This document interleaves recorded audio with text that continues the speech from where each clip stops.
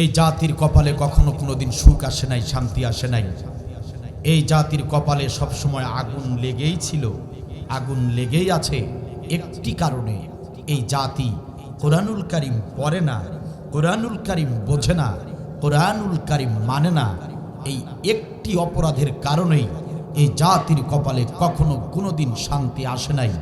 এই জাতির লোকেরা কোরআনের কাছে না আসলে, কোরআন না মানলে কখনো কোনোদিনও কোশ্চিন কালেও এ জাতির কপালে সুখ, শান্তি, মুক্তি আসবে না, আসতে পারে না। বিগত 16 বছর, প্রায় 16 বছর যে জালিমরা এদেশে শোষণ করেছে, এই জালিম, এই 92% মুসলমানের দেশে যারা জুলুম করেছে, ওই জালিমদেরই শুধু অপরাধ নয়, ওই জালিমরা মানুষের উপরে অপরাধ, মানুষের উপরে জুলুম করে অপরাধ করেছে। যেমন আপনি আমি আমরাও নিজেদের উপর জুলুম করে একই জালিম সেজে আছি, ঠিক কিনা বলেন? শুধু জালিমদেরকে অপরাধ দিবেন না, শুধু জালিমদেরকে দোষ দিবেন না। এ জাতির লোকেরা যদি কোরআনটাকে বুঝতো, কোরআনটা যদি মানতো, কোরআনের নির্দেশনা অনুযায়ী নেতৃত্ব বাছাই করে যাচাই করে যদি সংসদে পাঠাতো, 92% মুসলমানের জমিনে কোনোদিন কোনো কালে কোনো জালিম সরকার ক্ষমতায় আসতে পারতো না, ঠিক কিনা বল? আমার দেশের মুসলমানেরা নামাজের বেলায় মসজিদে গিয়ে আল্লাহর হুকুম, আল্লাহর বিধিবিধান, আল্লাহর আইন মতো পালন করে। আমার দেশের রোজাদার মুসল্লিরা, মুসলমানেরা রোজার মাসে সিয়াম সাধন আল্লাহর বিধান মতোই পালন করে।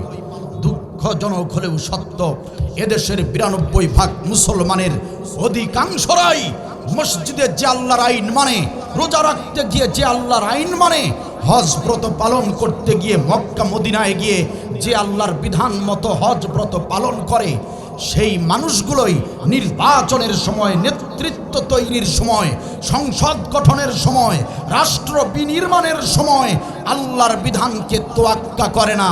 আল্লাহর আইনকে বৃদ্ধাঙ্গুলি দেখিয়ে মদারু, তাসারু, জুয়ারু জালিমদেরকে একের পর এক সংসদে বসার কারণেই বারবার এই জাতি প্রতারিত হয়েছে, ঠিক কিনা বলে?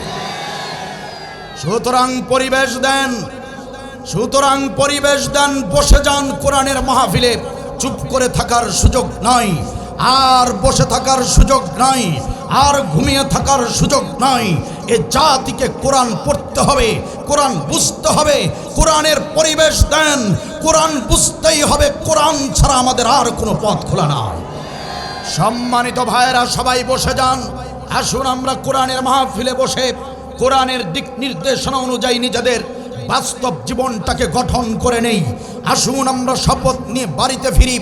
আমাদের ছাত্র ভাইয়েরা রক্ত দিয়ে, জীবন দিয়ে জালিমদেরকে হটিয়ে দিয়েছে, জালিমরা পালাতে বাধ্য হয়েছে। সম্মানিত ভাইয়েরা, সেই ছাত্ররা যারা শহীদ হয়ে গিয়েছে তারা আজ পৃথিবীতে নাই, কিন্তু তাদের স্বপ্ন বাস্তবায়নের সমস্ত দায়িত্ব এখন আপনার আমার, আমাদের সকলের, ঠিক কিনা বল? যারা রক্ত দিয়ে, জীবন দিয়ে দেশটাকে নতুন করে স্বাধীনতা দিয়েছে, আসুন তাদের স্বপ্ন পূরণে আমরা শপথ গ্রহণ করি। আর জীবনে আমরা ভুল করব না, আর কোরআন ছেড়ে আমরা দূরে সরে যাব না। কোরআনের বিধান অনুযায়ী আমরা সমস্ত কাজগুলো করব। আসুন আমরা শপথ গ্রহণ করি, কোরআন মানার মধ্য দিয়ে আমরা এই দেশে একটা ইনসাফ ভিত্তিক রাষ্ট্র গঠন করতে চাই। এই দেশে আমরা দুর্নীতিমুক্ত একটি রাষ্ট্র তৈরি করতে চাই। আমরা এই বাংলাদেশটাকে একটি কোরআনের রাজ উপহার দিতে চাই। আসুন সবাই শপথ গ্রহণ করি, দেশটাকে নতুন করে সাজিয়ে নেই। এই দেশটা হবে হযরতে ওমরের। আর সেই দেশ তৈরি করতে গিয়ে যদি রংপুরের আবু সাইদের মতো করে আমাদেরকে যদি বন্দুকের নলের সামনে আবার দাঁড়াতে হয়, আমি আব্দুল বারী রাজি আছি। সেই স্বপ্ন পূরণ করতে গিয়ে যদি আমাদেরকে লাশ হতে হয়, আব্দুল বারী রাজি আছে। আর কারা কারা রাজি আছো দুহাত তুলে আল্লাহকে দেখা।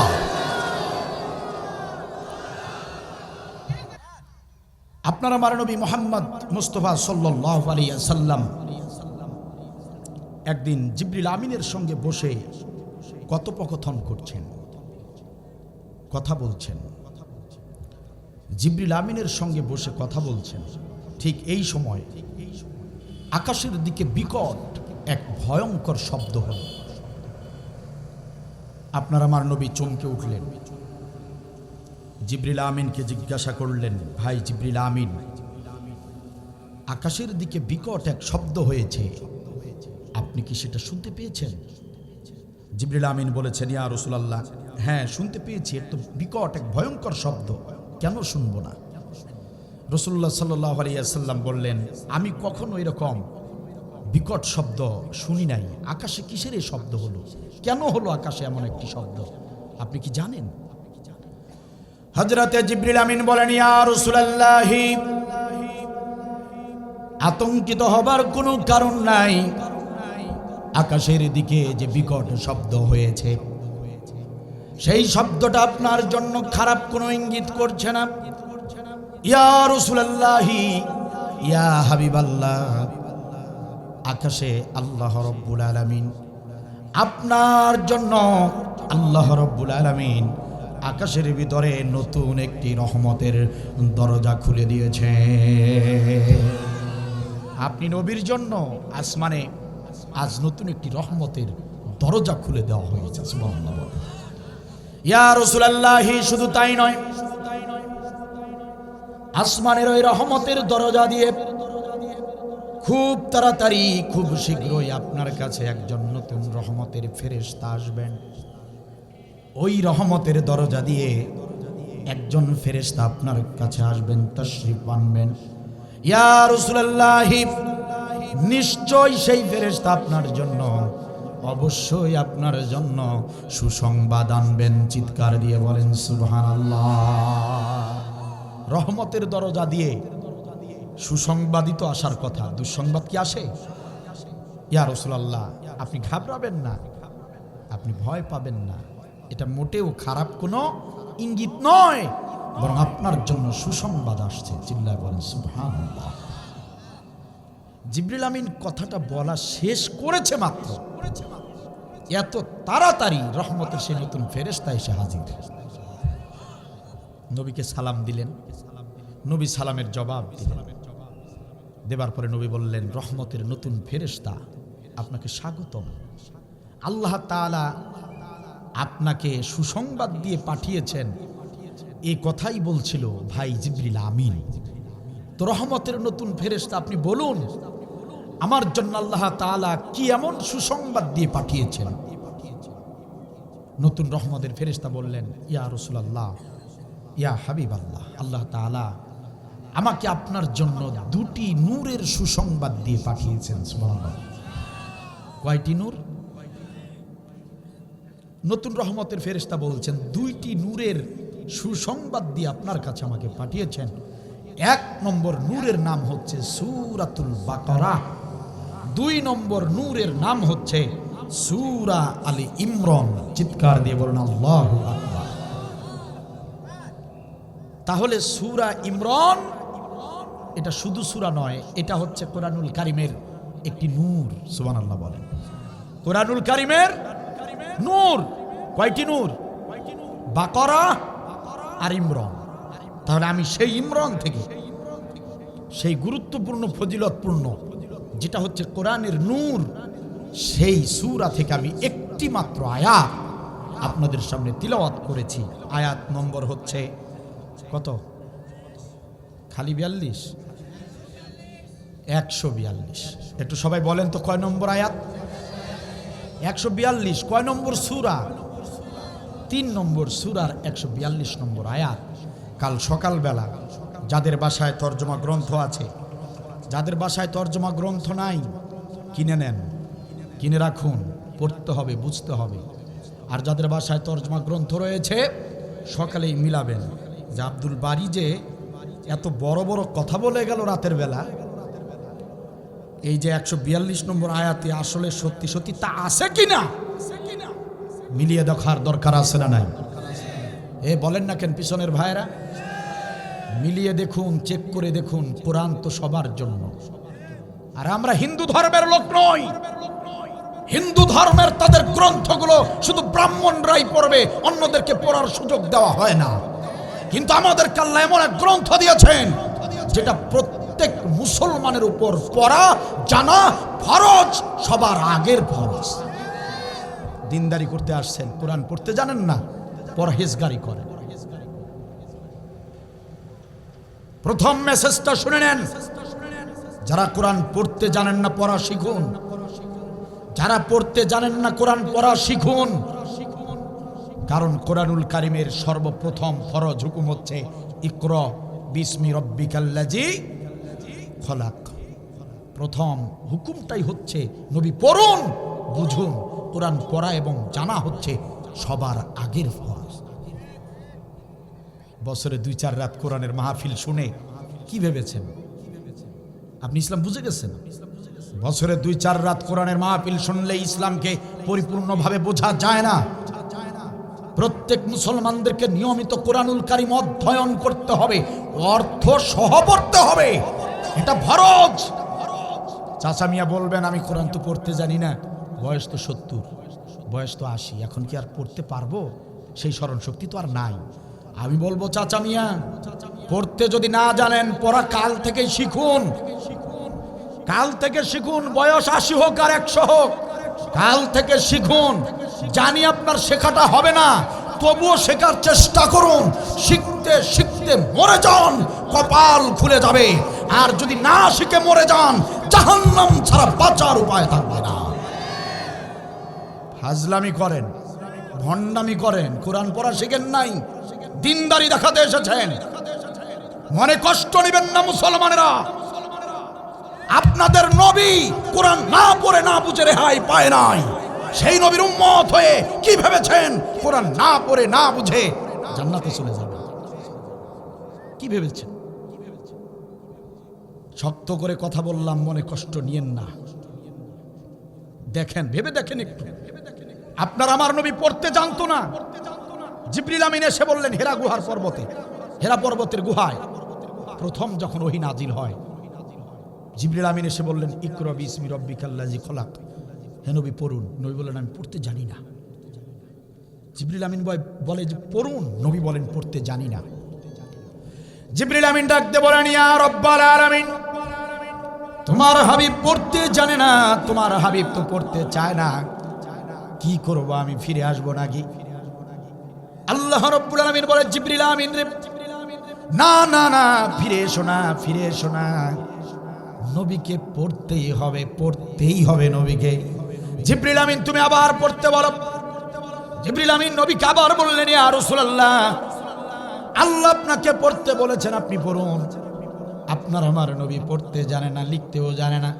নবী বলছেন না না, আমি পড়তে জানি না।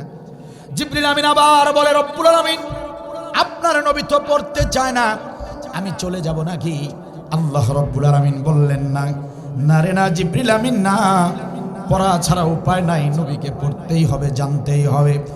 ও জিবরিল আমিন, তুমি শুধু নবীকে জড়িয়ে ধরো, নবীকে শুধু একটাবার ঝাপটে ধরো। ঝাপটে ধরার দায়িত্বটা তোমার। নবী যাতে পড়তে পারে, যাতে করে বুঝতে পারে, তার শরীরের ভিতরে মুহাম্মদ বলে ডাকলে নবীর এতটুকু মর্যাদা কমে যাক, এটা আল্লাহ বরদাস্ত করেন নাই। সেই নবী, এত ভালোবাসার নবীকে আল্লাহ পড়িয়ে ছেড়েছেন, রেহাই দেন নাই। বুঝিয়ে ছেড়েছেন, রেহাই দেন নাই। আর আপনারা সেই নবীর উম্মত হয়ে মোষের তল দিয়ে হাসেন আর বলেন জান্নাতে আমরা যাবই, কারণ শেষ নবী সুপারিশ আমাদেরকে করবেই। শেষ নবী সুপারিশ করবে, শেষ নবী সুপারিশ করবে। কোরআন পড়তে জানেন না, নবী আপনাকে সুপারিশ করবে। কোরআন পড়ে না গেলে নবীর সামনে দাঁড়ায়েন না হাসরের ময়দানে। কোরআন না শিখে কবরে গেলে নবীর সামনে দাঁড়ালে আপনি অপমানিত হবেন। নবী আপনাকে উম্মতের পরিচয় দিবে না, দিতে পারে না। এজন্য কোরআন পড়তে শিখুন। যে কোনো আলেম আপনাদের এলাকায় আসবে, আলোচনা করবে, অন্ধভাবে বিশ্বাস করবেন না। সেই আয়াতের সঙ্গে, বিষয়ের সঙ্গে নিজেরা কোরআনটাকে চেক দিয়ে দেখুন। কোন আলেম যে জেলা থেকে আসুক, তারা সত্য বলে গেল নাকি মিথ্যা কথা বলে গেল, এটা যাচাই বাছাই করার প্রত্যেকের দায়িত্ব রয়েছে। কথা বলেন ঠিক কিনা? এ জাতি অনেক ভুল করেছে, এই জাতির লোকেরা যেন আর ভুল না করে। আমাদেরকে জাগতে হবে, সোচ্চার হতে হবে। রাজি আছেন আপনারা? আসেন, এদিকে আসেন, দেখেন আল্লাহ কি বলছেন। আমার দিকে লক্ষ্য করেন, দেখেন আল্লাহ কি বলছেন। সূরা ইমরান 142 নম্বর আয়াত। আম হাসিবতুম আন তাদখুলুল জান্নাহ, আম হাসিবতুম আন তাদখুলুল জান্নাহ, তোমরা কি মনে করে নিয়েছো যে এমনি এমনিতেই জান্নাতে যাওয়া যাবে? বলতে দেন আগে, আল্লাহ বলতেছেন। দেখেন না কিভাবে বলে কথাগুলো, কার কথা? আল্লাহর দৃষ্টিভঙ্গিটা লক্ষ্য করেন, দেখেন কি কায়দায় কথাটা বলছে। আল্লাহ বলতেছেন, দেখেন, আম হাসিবতুম আন তাদখুলুল জান্নাহ, এ গোলামেরা, তোমরা কি ভেবে নিয়েছো যে জান্নাতটা সস্তা জিনিস, এমনি এমনিতেই প্রবেশ করা যাবে? তোমরা কি মনে করেছো যে জান্নাতটা মামার বাড়ির আবদার, চাইলেই পাওয়া যাবে? তোমরা কি মনে করে নিয়েছো জান্নাতটা শ্বশুর বাড়ির মধুর হাড়ি, গেলেই সেবা যত্ন শুরু হয়ে যাবে? তোমরা কি মনে করেছো জান্নাতটা মুড়ির মোয়া হাতে নিয়েই খাওয়া শুরু করে দিবে? ওয়ালাম্মা ইয়ালামিল্লাহুল লাযিনা জাহাদু মিনকুম ওয়া ইয়ালামাস সাবিরিন, তোমরা কি মনে করেছো জান্নাতটা খুবই সস্তা জিনিস, চাইলেই পাওয়া যাবে? তোমরা মনে করেছো জান্নাতটা সস্তা জিনিস, হাসরের ময়দানে পীর সাহেব তোমাদেরকে সুপারিশ করে জান্নাতে ঢুকায় দেবে? তোমরা কি ভেবে নিয়েছো যে জান্নাতটা এতই সস্তা, তোমাদের এমপিরা, তোমাদের মন্ত্রীরা যে দল তোমরা দুনিয়াতে করেছিলে, ওই দলের প্রেসিডেন্ট তোমাদেরকে জান্নাত দিয়ে দিবে? ওয়ালাম্মা ইয়ালামিল্লাহুল লাযিনা জাহাদু মিনকুম, অথচ আমি আল্লাহ জেনে নেব না? আমি আল্লাহ তো এখনো জেনে নেইনি, অথচ আমি আল্লাহ কি জেনে নেব না? আল্লাহ জিনা জাহাদু মিনকুম, তোমরা কারা কারা জিহাদের আমল করেছিলে, এটা না জেনে আমি তোমাদেরকে জান্নাতে দিব। ওয়া ইয়ালামাস সাবিরিন, তোমরা ধৈর্যের আমল করেছো কিনা এটা না দেখেই আমি তোমাদেরকে জান্নাত দিয়ে দেব, এটা ভাবছো? কথা কি বুঝতেছে? আর একটু সহজ ভাষায় বুঝানোর চেষ্টা করি। আল্লাহ তাআলা বলছেন, তোমরা মনে করছো এমনি এমনিতেই জান্নাতে যাওয়া যাবে? না গোলাম, এমনি এমনিতে জান্নাতে আমি কাউকে ঢুকাবো না, আমি দুটি আমল জেনে তারপর ঢুকাবো। সুবহানাল্লাহ বলেন। ইয়ালামিল্লাহ, আমি আল্লাহ জেনে নিব, আমি আল্লাহ দেখে নিব, অথবা আমি আল্লাহ চেক করব দুটি আমল আছে কিনা। আল্লাহ জিনা জাহাদু মিনকুম, কারা কারা জিহাদ করেছো, ওয়া ইয়ালামাস সাবিরিন, আর জেনে নিব কারা কারা ধৈর্য ধারণ করেছো দুনিয়ায়। এই দুটি আমল যাদের আছে তারা জান্নাতের টিকিট পাবে। এই আমল দুটি যার নাই তার কপালে জান্নাত তো দূরের কথা, জান্নাতের সুঘ্রাণ তার নাক পর্যন্ত পৌঁছাবে না। কথা আমার নাকি আল্লাহ? সম্মানিত ভাইয়ের আমার, কাল হাসরের ময়দানে আব্দুল বারী, সলিমউদ্দিন, কলিমউদ্দিন, যত সাধারণ মুসলমান আমরা আছি, বিচারের কাঠগড়ায় দাঁড় করানো হবে।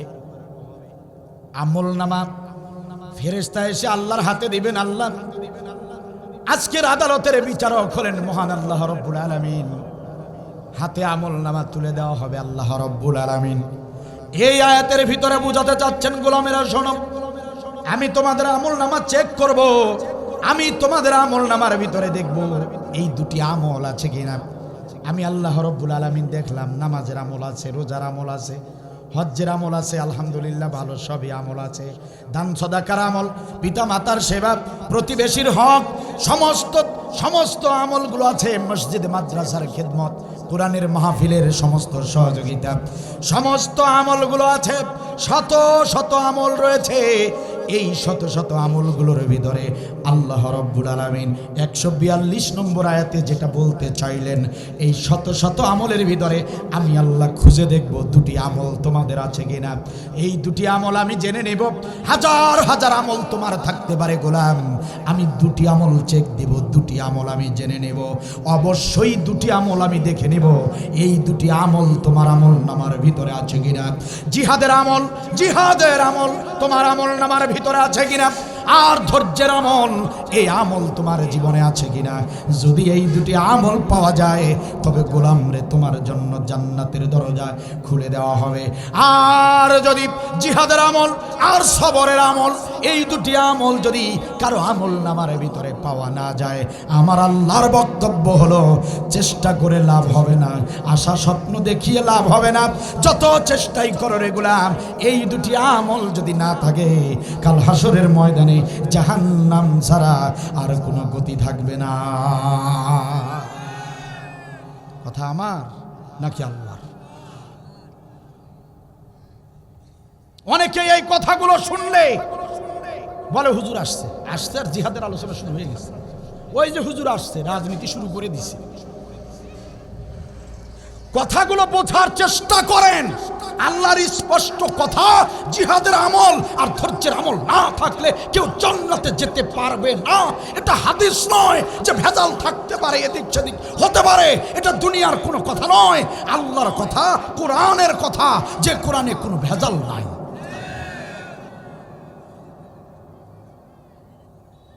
নামাজ, রোজা, হজ, যাকাত অবশ্যই গুরুত্বপূর্ণ আমল, কিন্তু আল্লাহর বক্তব্যটা শুনেন কি বলছে। জিহাদ আর ধৈর্য না থাকলে জান্নাত যাওয়ার কোনো সম্ভাবনা নাই। সম্মানিত ভাইয়েরা আমার, আপনারা প্রশ্ন করতে পারেন হুজুর, কোরআনুল কারীমে এত আলোচনা থাকতে আপনি জিহাদের আলোচনা কেন শুরু করলেন? কোরআনুল কারীমে হাজার হাজার আয়াত, অথচ আপনি ইমরানের 142 নম্বর আয়াতটা কেন বেছে নিলেন?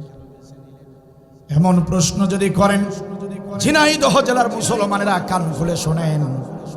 এই কোরআনুল কারীম গবেষণা করে আমি দেখেছি, যত আমলের নির্দেশ আল্লাহ রাব্বুল আলামিন দিয়েছেন কোরআনের ভিতরে, সবচেয়ে বড় আমল, সব আমলের বড় আমল, সব ফরজের বড় ফরজ হিসেবে যে আমলটাকে আল্লাহ রাব্বুল আলামিন নির্দিষ্ট করে দিয়েছেন, সেই আমলের নাম হলো জিহাদ।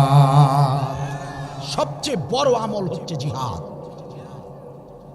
এই কোরআনুল কারীম গবেষণা করে আমি দেখেছি, এই কোরআনুল কারীম রিসার্চ করে আমি দেখেছি, সম্মানিত ভাইয়েরা আমার, নামাজের নির্দেশ এসেছে 82 বার।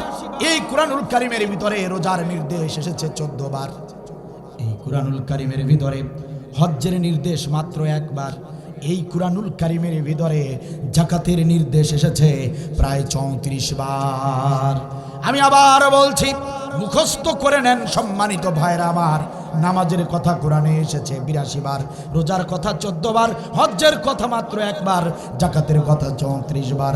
আর সেই কোরআনের ভিতরেই ঝিনাইদহ জেলার মুসলমানেরা সেই কোরআনের ভিতরেই জিহাদ করতে হবে। এ গোলাম, জিহাদ করো, জিহাদ করো, জিহাদ চালিয়ে যাও। জিহাদের নির্দেশ এসেছে 1 বার নয়, 2 বার নয়, 100 বার নয়, 200 বার নয়, জিহাদের নির্দেশ এসেছে 917 বার। 917 বার। তাহলে যে আমলটার কথা বারবার এসেছে, যে আমলটা সব আমলের বড় আমল, সব ফরজের বড় ফরজ, আমি আব্দুল বারী সেই আমল সম্পর্কে আমার জাতির লোকদেরকে যদি না জানাই, সেই দাওয়াতটা যদি না দেই, কাল হাসরের ময়দানে আমি আব্দুল বারীকে আসামির কাঠগড়ায় আল্লাহ দাঁড় করাবেন। আল্লাহ রাব্বুল আলামিন ডাক দিয়ে বলবে, আব্দুল বারী, দুনিয়াতে সবাইকে আমি বক্তা বানাই নাই, আব্দুল বারী রে তোমার চেয়ে অনেক বড় বড় আলেম ছিল, তাদেরকে আমি আলোচক বানাই নাই, তাদেরকে আমি এই নিয়ামত দেই নাই। অনেক আলেম ছিল, অনেক বড় বড় টাইটেলধারী প্রিন্সিপাল ছিল, তাদেরকে আমি আলোচক বানাই নাই, তাদেরকে কেউ দাওয়াত দেয় না, তাদেরকে কেউ প্রধান বক্তা করে ডাকে না।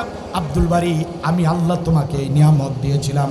ঝিনাইদহ জেলার মুসলমানেরা শত শত কিলোমিটার দূরের সেই লোকেরা তোমাকে দাওয়াত দিয়ে নিয়ে গিয়েছিল, বিভিন্ন জেলার লোকেরা তোমাকে দাওয়াত দিয়ে নিয়ে গিয়েছিল, তোমার যাতায়াত ভাড়া তারা দিয়েছে, তোমাকে সুন্দর করে আপ্যায়ন করিয়েছে, খাওয়াইয়েছে, তোমাকে আবার ফেরার পথে হাদিয়া দিয়েছে, তোহফা দিয়েছে, এত নিয়ামত আমি তোমাকে দিয়েছিলাম।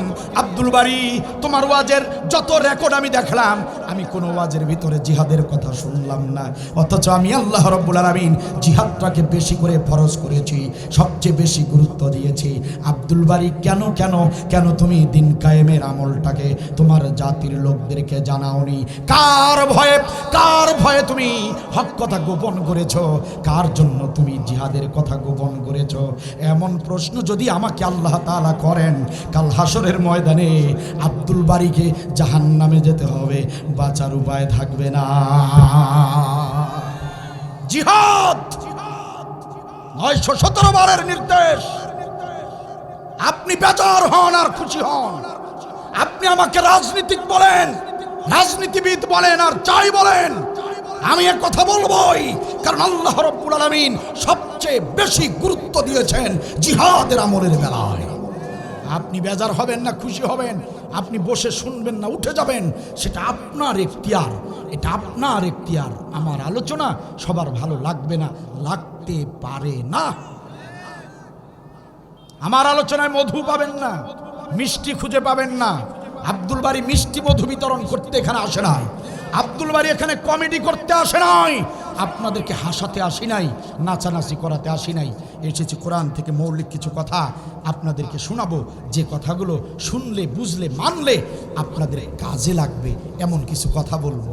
কষ্ট হলেও শুনতে রাজি আছেন? শুনতে রাজি আছেন? সবাই রাজি আছেন? দেখা যাবে ইনশাআল্লাহ। শুনতে হবে তো, বুঝতে হবে তো, সময় বেশি দেরি নাই। সারা বিশ্বের মুসলমানরা ভারতকে বয়কট করেছে, আপনারা শুনেছেন। শুধু বাংলাদেশ নয়, বিশ্বের প্রত্যেক মুসলিম দেশ মুসলমানেরা ভারতকে শত্রু হিসেবে আখ্যা দিয়েছে। বিশ্বের জমিনে এক সময় জিহাদ সম্পর্কে সবচেয়ে বেশি জিহাদকে বিকৃত করেছে আমেরিকা। এক সময় জিহাদের কথা বললেই তাদের বিরুদ্ধে জঙ্গি তকমা লাগিয়ে তাদেরকে শেষ করে দিয়েছে আমেরিকা। কিন্তু এটা কয়েক বছর থেকে আমেরিকা ঠান্ডা হয়ে গিয়েছে, তারা পেরে উঠতে পারে নাই। বারবার প্রমাণিত হয়েছে যারা জিহাদ করে তারা সন্ত্রাসী নয়। বর্তমান বিশ্বে শুধুমাত্র একটা দেশ, কথাগুলো শুনতে হবে, মনোযোগ দিয়ে শুনে নেন। বর্তমান বিশ্বে ইসলামের সবচেয়ে বড় আমল জিহাদ। এই জিহাদ নিয়ে একটা মাত্র দেশ এই জিহাদের আমলকে বিকৃত করার চেষ্টা করছে, জঙ্গি ট্যাগ লাগানোর চেষ্টা করছে। সেই দেশের নাম হচ্ছে ভারত। মোদি সরকার ছাড়া বিশ্বে আর কোনো দেশ এই জিহাদ সম্পর্কে কথা বলার আর কেউ সাহস পাচ্ছে না। একমাত্র আপনার আমার চূড়ান্ত শত্রু এই হিন্দুস্তানের মোদি, এই কসাই মোদি। এই ব্যক্তি জিহাদের বিরুদ্ধে এখনো উঠে পড়ে লেগে আছে, এবং বাংলার জমিনেও হাসিনা জালিম সরকার যা কিছু করেছে, জঙ্গির যত নাটক করেছে, হোটেলের নাটক, বাড়িতে বাড়িতে জঙ্গি পাওয়া গিয়েছে, এরপরে বোমা উদ্ধার করা হয়েছে, যত দেখেছেন। মনিরুল ইসলাম ওই সময়ের পুলিশ কমিশনার, আর পরবর্তীতে আসলো হাউন আঙ্কেল,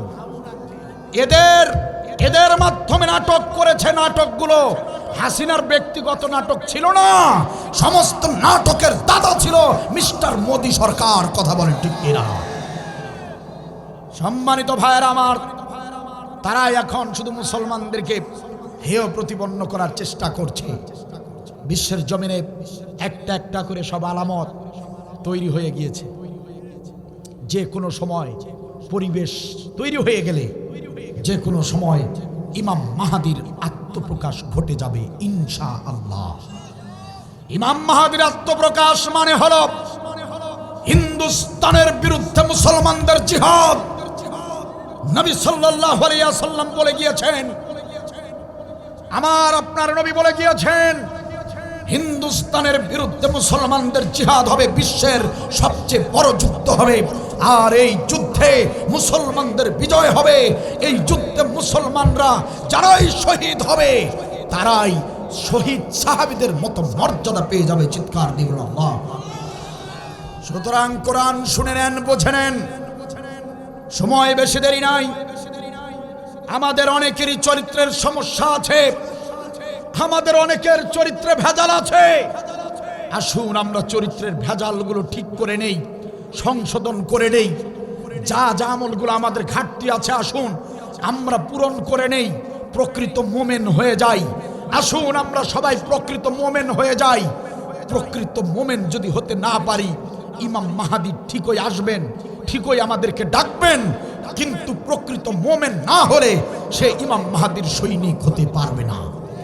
এজন্য ইমাম মাহাদির সৈনিক হবার জন্য আমাদের সবাইকে প্রকৃত মোমেন হওয়া লাগবে। ইমাম মাহাদি আসবেন, গাজওয়াতুল হিন্দের ওই হিন্দুস্তানের বিরুদ্ধে যুদ্ধের ডাক দিবেন। ওই যুদ্ধে মুসলমানরা পায়ে হেঁটে ভারত দখল করবে। ওই যুদ্ধে মুসলমানরা ঐক্যবদ্ধ হয়ে যাবে। যদিও মুসলমানদের লোকেরা বেশি শহীদ হবে, তবুও মুসলমানদের বিজয় হবে। আর সেই ডাক যদি এসে যায়, তাহলে আমি আব্দুল বারী যেতে রাজি আছি। ঝিনাইদহ জেলার মুসলমানেরা বাড়িঘর ছাড়তে হবে, সন্তান ছাড়তে হবে, ইমাম মাহাদির ডাকে মোদির বিরুদ্ধে, হিন্দুস্তানের বিরুদ্ধে জিহাদের ময়দানে যেতে হবে। কারা কারা রাজি আছো দুহাত তুলে আল্লাহকে দেখাও।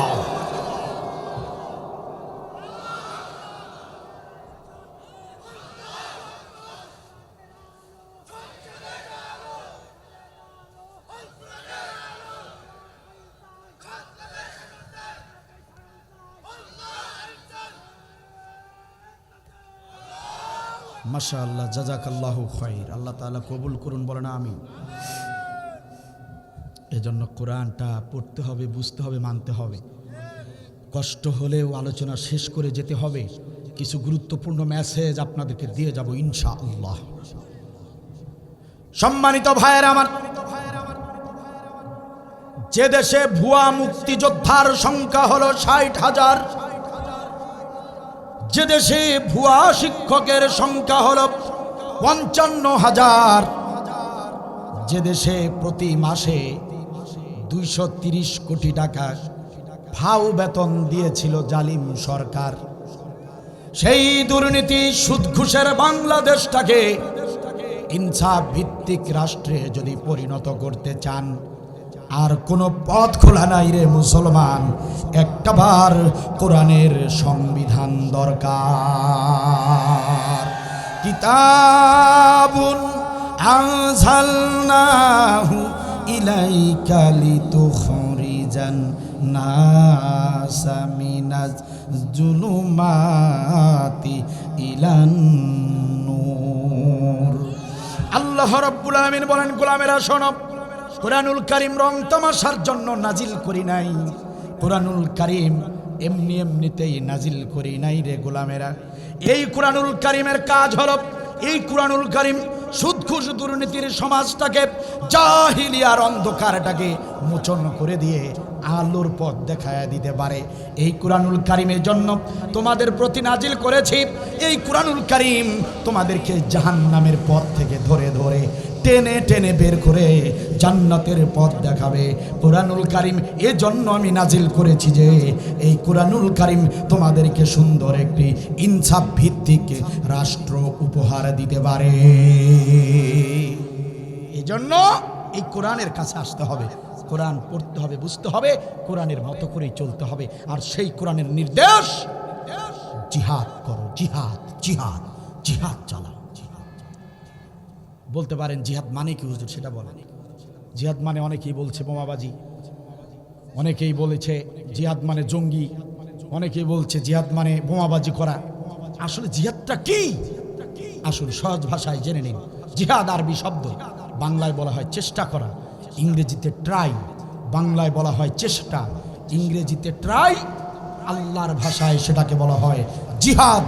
চিল্লায় বলুন আল্লাহু আকবার। যারা এসেছেন আপনারা চেষ্টা না করলে আসতে পারতেন না।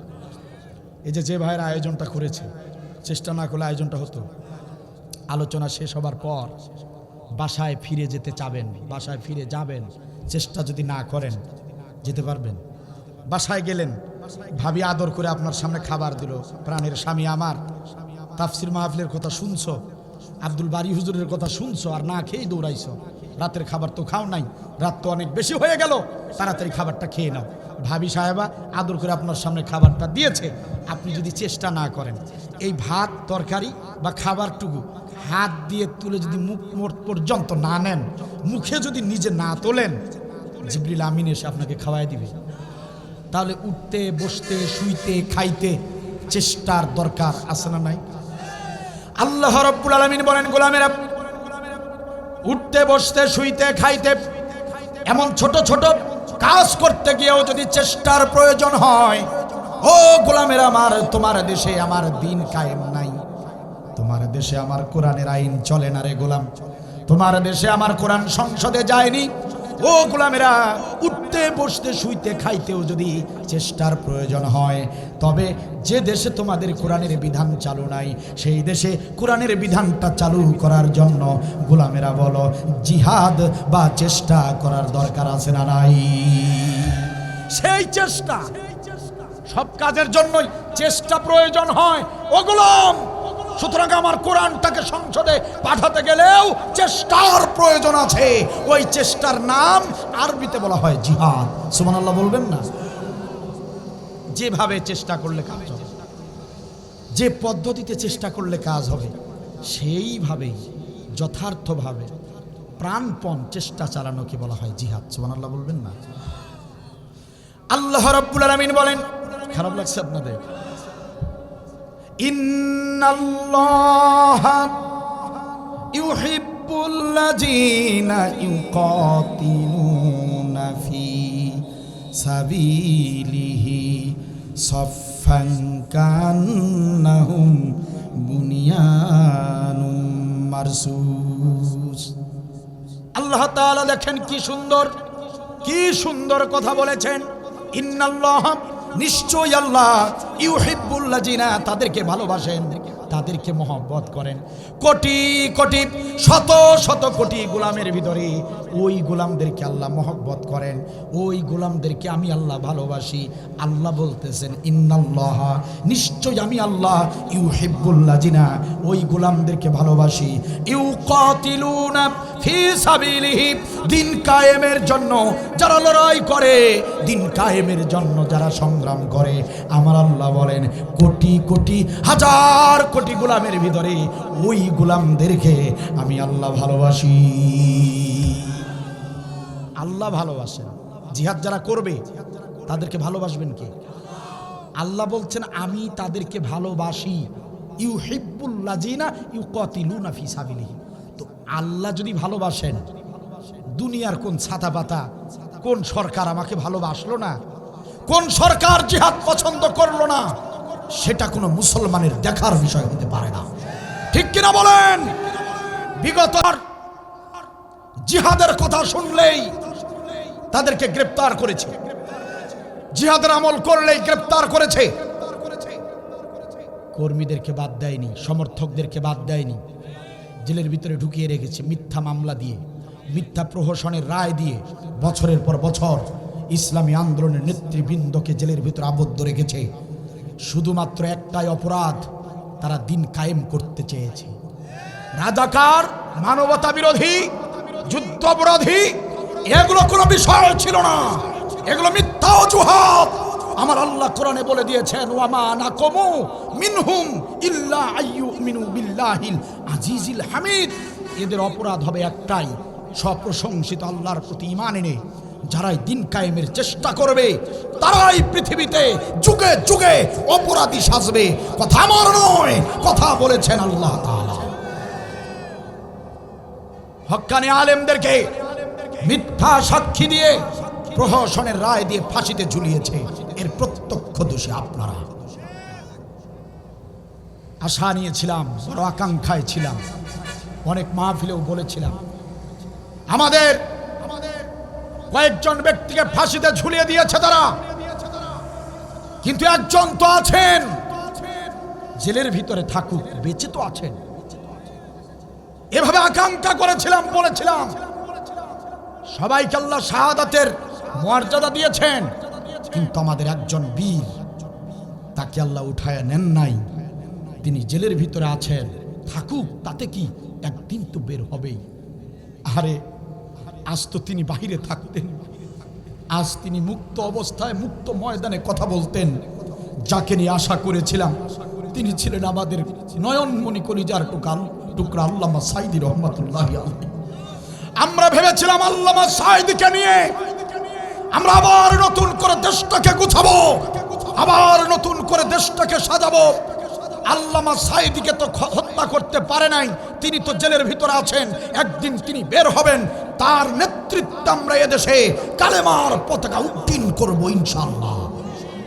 এমন আশা করেছিলাম, সেই আশাটাও জালিম শক্তি, বিগত জালিম সরকার ক্ষমতার শেষ পর্যায়ে এসে নাটকীয়তার মাধ্যমে অসুস্থ হননি, অসুস্থতার সংবাদ ছড়িয়ে আল্লামা সাঈদীকে মেডিকেলে এনে ষড়যন্ত্রমূলক ইনজেকশন পুশ করে তাকে হত্যা করেছে। কথা বলেন ঠিক কিনা? একটাই অপরাধ আল্লামা সাঈদীর, প্রত্যেক প্রোগ্রামে তিনি দিন কায়েমের আহ্বান জানিয়েছেন।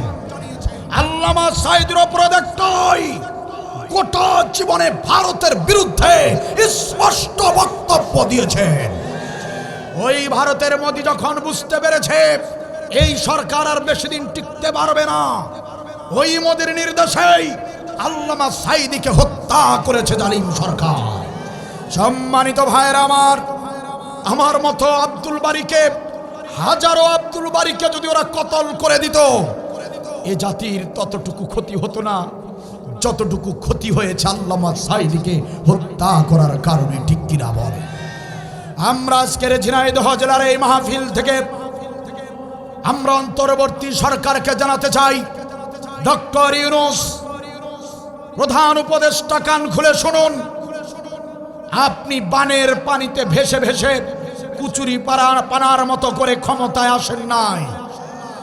আমাদের হাজারো ভাইয়ের রক্ত আর জীবনের উপর দিয়ে আমরা আপনাকে ক্ষমতায় বসিয়েছি। সুতরাং আপনাকে হকের পক্ষে থাকতে হবে, জনগণের পক্ষে থাকতে হবে, জালিমদের বিরুদ্ধে আপনাকে এই পদক্ষেপ নিতে হবে। ঠিক কিনা বলে? আমরা জানি না আপনি কেন দুর্বল হয়েছেন, আমরা জানি না আপনি কাদেরকে ভয় পাচ্ছেন, শুধু এতটুকু জানিয়ে দিতে চাই, আপনি যদি ৯২% মুসলমানের পক্ষে থাকেন, আপনি যদি হকের পক্ষে থাকেন, আপনি যদি জনগণের পক্ষে থাকেন, আমরা কথা দিচ্ছি আমরা ১৮ কোটি মুসলমান আপনার পাশে আছি। কথা বলেন ঠিক কিনা? আমরা ডক্টর ইউনূসকে জানাতে চাই, ডক্টর ইউনূস, এদেশে যারা এই সাঈদী হত্যার সঙ্গে জড়িত ছিল তারা যেন কেউ এদেশ ছেড়ে পালিয়ে যেতে না পারে। আমরা জানাতে চাই, ব্যারিস্টার সুমন গ্রেপ্তার হয়েছে, ওই কুলাঙ্গার যেন কিছুতেই জামিন না পায়, সে ব্যাপারে পদক্ষেপ গ্রহণ করুন। আমরা বলতে চাই, আল্লামা সাঈদীকে যে ডাক্তারের তত্ত্বাবধানে রাখা হয়েছিল, ডাক্তার জামান, ওই কুলাঙ্গার যেন বাংলার জমিন থেকে পালিয়ে হিন্দুস্তানে যেতে না পারে, সে ব্যাপারে আপনাকে সজাগ থাকতে হবে। আল্লামা সাঈদী হত্যার বিচারে জমিনে করতেই হবে। আমরা দলের কোনো পক্ষ থেকে বলছি না, কোনো দলমত আমরা বুঝি না। আমরা তৌহিদি মুসলমানরা, আমাদের প্রাণের দাবি হলো আর কারো বিচার হোক বা নাই বা হোক, আল্লামা সাঈদী হত্যার বিচার এই জমিনে করতেই হবে। ঠিক কিনা বলে? যদি দ্রুত গতিতে আল্লামা সাঈদীর বিচার না হয়, তাহলে আমরা তৌহিদি মুসলমানরা সিদ্ধান্ত নিয়েছি, প্রয়োজনে বাড়ি ঘর ছেড়ে দিয়ে, কৃষি ক্ষেত খামার ছেড়ে দিয়ে আমরা রাজপথে যেতে বাধ্য হব। আমরা দোকানপাট ব্যবসা বাণিজ্য তালা লাগিয়ে রাজপথে যেতে বাধ্য হব। প্রয়োজনে সব কিছু ছেড়ে দিয়ে রাজপথে যেতে বাধ্য হব। দাউ দাউ করে আগুন জ্বলবে দেশে। আল্লামা সাঈদী হত্যার বিচার না হওয়া পর্যন্ত আমরা কেউ বাড়িতে ফিরবো না, কেউ বাড়িতে ফিরবো না, কেউ বাড়িতে ফিরবো না। কারা কারা একমত? দুহাত তুলে আল্লাহকে দেখা।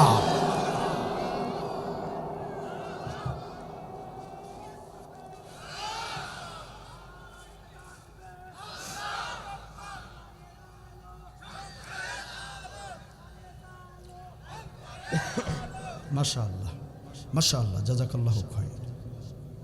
হ্যাঁ, আল্লাহ তাআলা বলেছেন জিহাদের আমল করবা।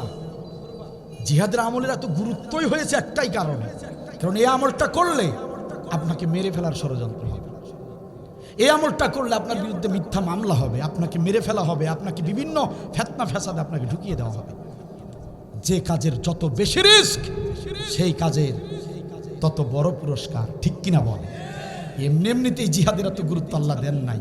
এই কাজে রিস্ক আছে, নামাজ রোজা হজ যাকাত এরকম রিস্ক নাই, কিন্তু এই কাজে এত ভয়ঙ্কর রিস্ক, এই জন্য এই আমলের মূল্য আল্লাহর কাছে বেশি। সাইদি হুজুর বলেছিলেন ইঁদুরের গর্ত পাবানা। সাইদি হুজুর বলেছিলেন ইঁদুরের গর্ত পাবানা। সত্যি সত্যি পালিয়ে গেল হাসিনা, হাসিনা সত্যি সত্যি পালিয়ে গেছে হাসিনা, ঠিক কিনা বলেন? সাইদি হুজুর বলেছিলেন ইঁদুরের গর্ত পাবানা, পালিয়ে গেছে পুতুলের মা হাসিনা, হাসিনা পালিয়ে গেছে পুতুলের মা হাসিনা। সাইদি হুজুর বলেছিলেন বেশি লাফালাফি কইরো না, 12 কোটি লোক ঝাঁকি দিলে দিল্লি গিয়া পড়বা। বলছেন না, বলছেন না, বলছেন না? সাইদি হুজুর বলেছিলেন বেশি লাফালাফি কইরো না, 12 কোটি লোক ঝাঁকি দিলে দিল্লি গিয়া পড়বা। কোরআন নিয়া হাদিস নিয়া টানাটানি কইরো না, কোরআন নিয়া হাদিস নিয়া টানাটানি কইরো না।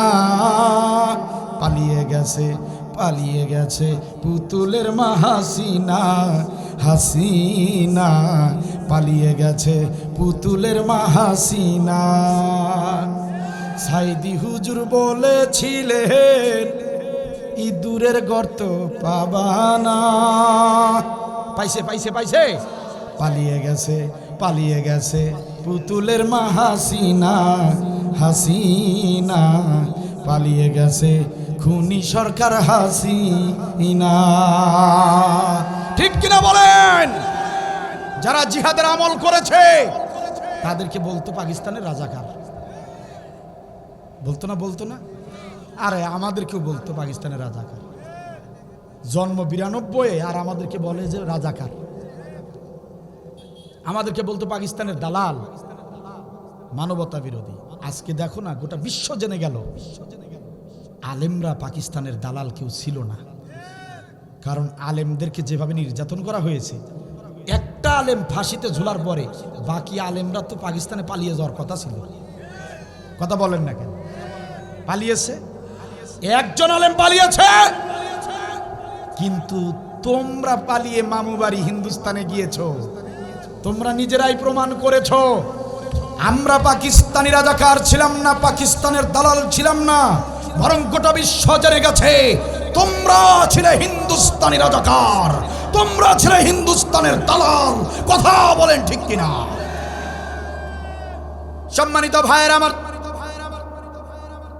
আল্লাহ রাব্বুল আলামিন জিহাদের আমলটা দেখে নেবেন, কারণ জিহাদের আমলের গুরুত্ব আর মর্যাদা আল্লাহ তাআলার কাছে সবচেয়ে বেশি। একান্ত আপনজনেরা আমার, বেশি সময় ধরে আপনাদেরকে কষ্ট দিব না, খারাপ লাগছে নাকি? 30-40 মিনিট কথা বলবো, মনোযোগ দিয়ে শোনেন, কোনো নড়াচড়া করবেন না ইনশাআল্লাহ তাআলা। অল্প সময়ের মধ্যে মনোযোগ দিয়ে দেব, গুরুত্বপূর্ণ কথাগুলো শুনে যান।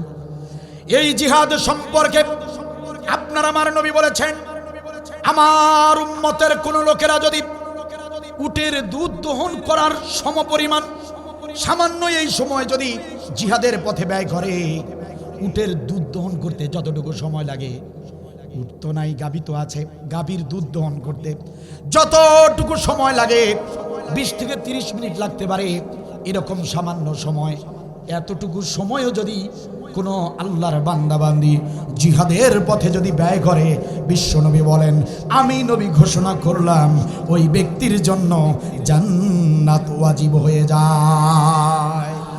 জান্নাত ওয়াজিব, এই এতটুকু সময় যদি কেউ কারো জীবনে জিহাদের পথে ব্যয় করে। তিরমিজি শরীফের হাদিস, সহিহ হাদিস। ওসমান রাদিয়াল্লাহু তাআলা আনহু থেকে বর্ণিত হাদিস। ওসমান রাদিয়াল্লাহু তাআলা আনহু তিনি হাদিসটা বর্ণনা করেন। তিনি বলেন, নবী সাল্লাল্লাহু আলাইহি ওয়াসাল্লাম বলেছেন, মান রাবাতা লাইলাতান ফি সাবিলিল্লাহ কানাত কা আলফি লাইলাতিন সিয়ামুহা ওয়া কিয়ামুহা। নবী আমার বলেন, ও হযরতে ওসমান শোনো, আল্লাহর কোন বান্দা বান্দি 1000 দিন যদি টানা 1000 দিন যদি না খেয়ে রোজা রাখে, 1000 দিন না খেয়ে যদি রোজা রাখে, আবার ওই 1000 রাত দাঁড়িয়ে দাঁড়িয়ে যদি নামাজ আদায় করে, কোন ব্যক্তি যদি 1000 দিন না খেয়ে রোজা রাখে আর রাতের বেলা যদি সারাটা রাত দাঁড়িয়ে দাঁড়িয়ে নামাজ আদায় করে, ওই ব্যক্তি যতটুকু সওয়াব পাবে আর কোন এক ব্যক্তি মান রাবাতা লাইলাতান ফি সাবিলিল্লাহ একটা রাত, আর যদি কোনো ব্যক্তি একটা রাত জিহাদের পথে একটা রাত জাগ্রত থাকে, আমি নবী ঘোষণা করলাম 1000 দিনের রোজা 1000 রাতের নামাজ পড়লে যতটুকু সওয়াব পাবে, একটা রাত জিহাদের পথে জাগ্রত থাকলে বেশি সওয়াব পাবে। সম্মানিত ভাইয়ের আমার, জিহাদের আমল আল্লাহ তাআলার কাছে এতই প্রিয় আমল। সম্মানিত ভাইরা আমার, এই জিহাদের আমলকে আল্লাহ তাআলা এত বেশি গুরুত্ব দিয়েছেন। একটা হাদিস শোনায় দেই সম্মানিত ভাইরা, আমার বিশ্বাস 2টা ঘন্টা আমি আলোচনা করলে যতটুকু আপনারা বুঝতে পারবেন, আমি এই একটা হাদিস বললেই, এই হাদিসটুকু শুনলেই আপনারা জিহাদ সম্পর্কে তার চেয়ে বেশি বুঝে যাবেন ইনশাআল্লাহ। মনোযোগ দেন আমার ভাইয়েরা, মিশকাত শরীফ খুলে দেখবেন 336 পৃষ্ঠা মিশকাত শরীফ।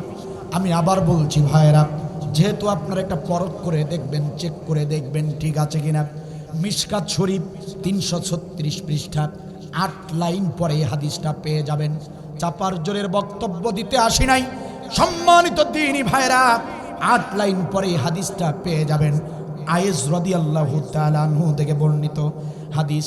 তিনি বলেন, রাসূলুল্লাহ সাল্লাল্লাহু আলাইহি ওয়াসাল্লামের কাছে একদিন সকালবেলা একজন সাহাবী এসে বললেন, ইয়া রাসূলুল্লাহ, নদীর ওপারে মরুভূমির ওপার প্রান্তে অনেক দূরবর্তী একটা গ্রাম রয়েছে, ওই গ্রামের একজন সাহাবী আপনার রাতের বেলা মারা গিয়েছে, রাতের বেলা ইন্তেকাল করেছে। একজন সাহাবীর মৃত্যুর সংবাদ নিয়ে একজন সাহাবী সকালবেলা নবীর দরবারে এসেছেন। নবীকে জানালেন তার একজন সাহাবী মারা গিয়েছে। নবী আমার সাহাবীর এই মৃত্যুর সংবাদ শুনে আবু বকরকে ডাকলেন, আলীকে ডাকলেন, ও হযরত আবু বকর, হযরত ওসমান, আলী, কোথায় রে তোমরা কোথায়? তাড়াতাড়ি প্রস্তুতি গ্রহণ করো, আমার একজন সাহাবী মারা গিয়েছে। ওই যে বিশাল মরু প্রান্তর পাড়ি দিয়ে অনেক দূরের পথ, মরু প্রান্তরের ওপারে তার বাড়ি, ওই গ্রামে যেতে হবে, গিয়ে আমার সাহাবীর জানাজার ইমামতি আমি নবী করব। আপনার আমার নবীর একটা অভ্যাস ছিল, বৈশিষ্ট্য ছিল, যদি কোনো সাহাবী মারা যেতেন আর নবীর কানে যদি সংবাদ আসতো, নবী চেষ্টা করতেন সেই সাহাবীর জানাজার ইমামতি করার জন্য। কারণ নবী জানতেন, যদি কোনো সাহাবীর জীবনে ভুল ত্রুটি থাকে, যদি কোনো গুনাহ থাকে, আমি নবী যদি তার জানাজার ইমামতি করি, আমার সম্মানের খাতিরে আল্লাহ তাআলা তাকে মাফ করে দিবেন। নবী আমার বললেন, হযরতে আলী, ওমর, ওসমান, কোথায় রে তোমরা? চলো চলো, আমার সাহাবী মৃত্যুবরণ করেছে, তার গ্রামে যেতে হবে, তার বাড়িতে যেতে হবে।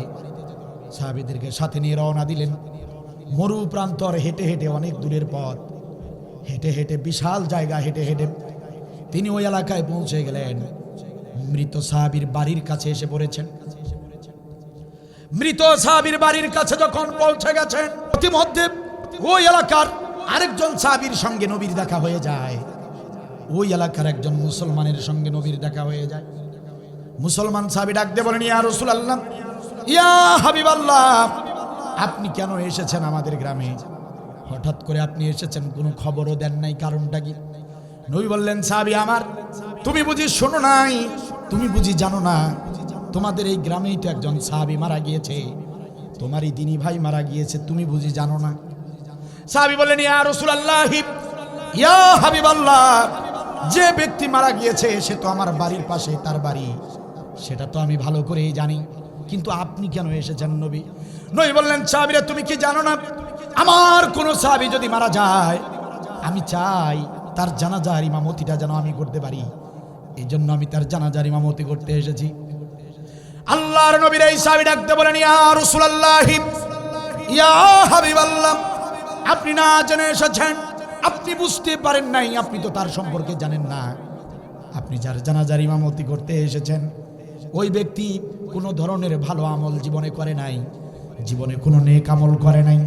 যে ব্যক্তির জানাজার ইমামতি আপনি করতে চান ওই ব্যক্তি বিনা হিসাবে জাহান্নামে যাবে, কারণ এই ব্যক্তি মোটেও ভালো লোক ছিল না, জীবনে তাকে নামাজ পড়তে দেখি নাই, রোজা করতে দেখি নাই, ইয়া রাসূলুল্লাহ দান সাদাকা করতে দেখি নাই, কারো উপকার করতে দেখি নাই, সহযোগিতা করতে দেখি নাই, মসজিদ মাদ্রাসায় সহযোগিতা করে নাই, তাফসীর মাহফিলে সহযোগিতা করে নাই, কোনো ধরনের ভালো কাজ জীবনে সে করে নাই।